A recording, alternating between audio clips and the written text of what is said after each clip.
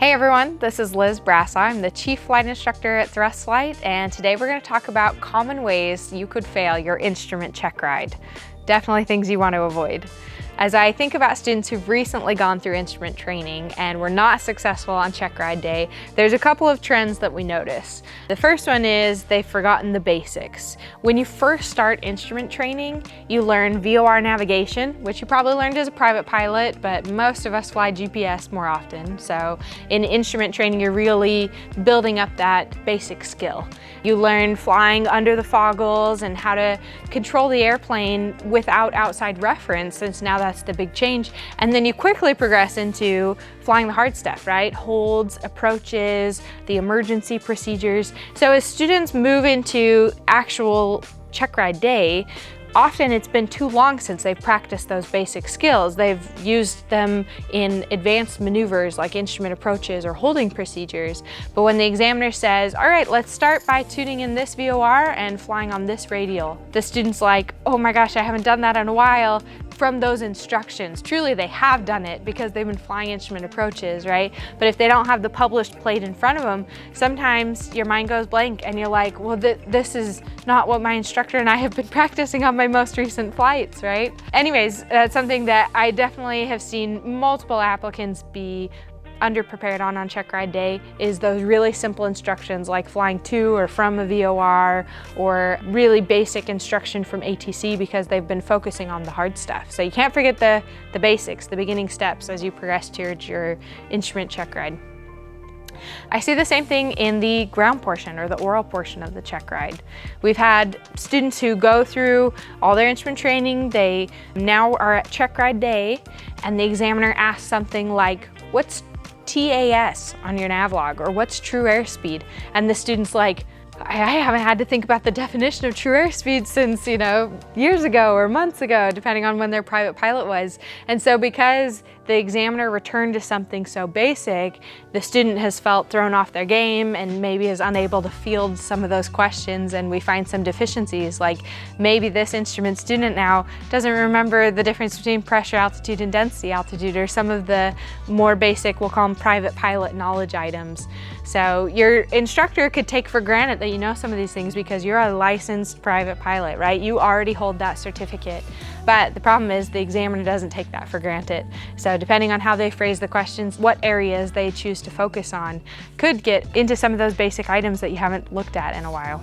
The next most common thing I see on instrument check rides is failures over not following ATC instructions. So on the test, right, you have to fly certain approaches, certain holding procedures, certain types of landings, and it's all based off of what instructions air traffic control gives you. Because now the big difference is, right, you're not looking out the window. You're flying in the clouds or by reference to the instruments only. So the instructions hold a lot of importance all of a sudden, way more than they did when you were visual. We should always comply with ATC instructions, but like I said, when you're not seeing outside and you're relying fully on them to keep you separated from other traffic, the emphasis is higher, right? It has a lot more importance to it. And so the student may have failed on instrument approaches or on missed procedures, but a lot of times if you look at the root cause of why they failed on those items, it was truly that they didn't comply with ATC instructions.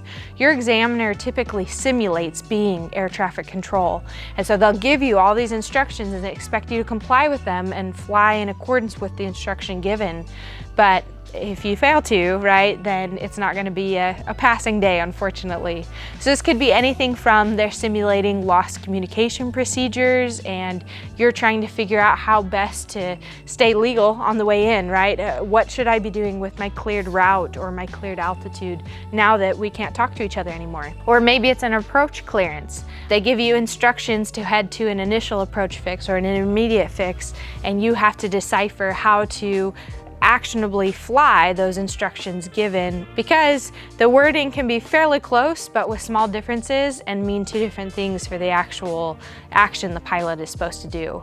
So that's a pretty common area that we see students struggle, is following the ATC instructions the examiner is simulating for you that day, because maybe it was phrased different than you and your instructor did, or was in a different order than you and your instructor normally practice. So Add variety to your training, right? And you'll be able to overcome it. Fly with another instructor so that it's somebody different from your usual routine, and I think that'll help expose some of those items. The next most common item we see instrument students fail over are the emergency procedures. So on your instrument check ride, there's a couple of mandatory emergencies they have to test you on. And this often leads to failures for students because it's handled differently than all your time previously was. When you were practicing as a private pilot and you had an alternator failure, it's totally different than if it was in the clouds because, again, I can't see outside the windows. We're simulating that I am in instrument conditions, and so now the severity of the emergencies might be escalated or the action items might change because of my meteorological conditions have changed. So often with students, this manifests in the partial panel approach. Truly, that's an emergency procedure that you're practicing on your check ride, right? But the examiner might give you this failure miles away from the approach and expect that you know how to not only fly the airplane, but know how to respond if this was truly the emergency situation you were in. So there's a couple other things we need to do if we've had instrument failures, such as a partial panel for the partial panel approach, or a loss of heading indicator for that approach. We need to report it to air traffic control, and we need to expedite our flight, right? If this examiner has given you instructions to head out to an initial approach fix, then you'd want to ask for vectors to final or shorten the approach somehow. I don't want to fly 10 miles out from the airport and turn around and come back in. I want to get on the ground and get out of the clouds quickly. Again, with the electrical failures, a lot of students now train in all glass airplanes, and that is now a much more severe emergency than it was when you were VFR. And so students underact, if that makes sense, or they fail to follow the procedures necessary for instrument conditions. So it's often a place where students will struggle. So loss of communications is another really common failure tested on the instrument check ride, and all of this has to be practiced. I couldn't memorize on the ground how to respond to a lost communication scenario and then display it perfectly for my examiner if I've had no practice or discussion with my flight instructor prior to that. So make sure your instructors are training you on emergencies. It's a big part of the instrument check ride. It's a commonly failed section, unfortunately, and practice partial panel approaches on every lesson is what I would say as you get close to check ride. There's no reason to fail on those items because we know they're coming, right? In real life, that might not be the case, but on the check ride, we know you're gonna get some of those emergency procedures, and there's no reason not to succeed that day. Lots of practice can be done in advance. Well, that about wraps up today's video on common ways to fail your instrument check ride. Leave us a comment if you failed yours and you're brave enough to share why. Don't forget to like and subscribe so you don't miss out on future videos.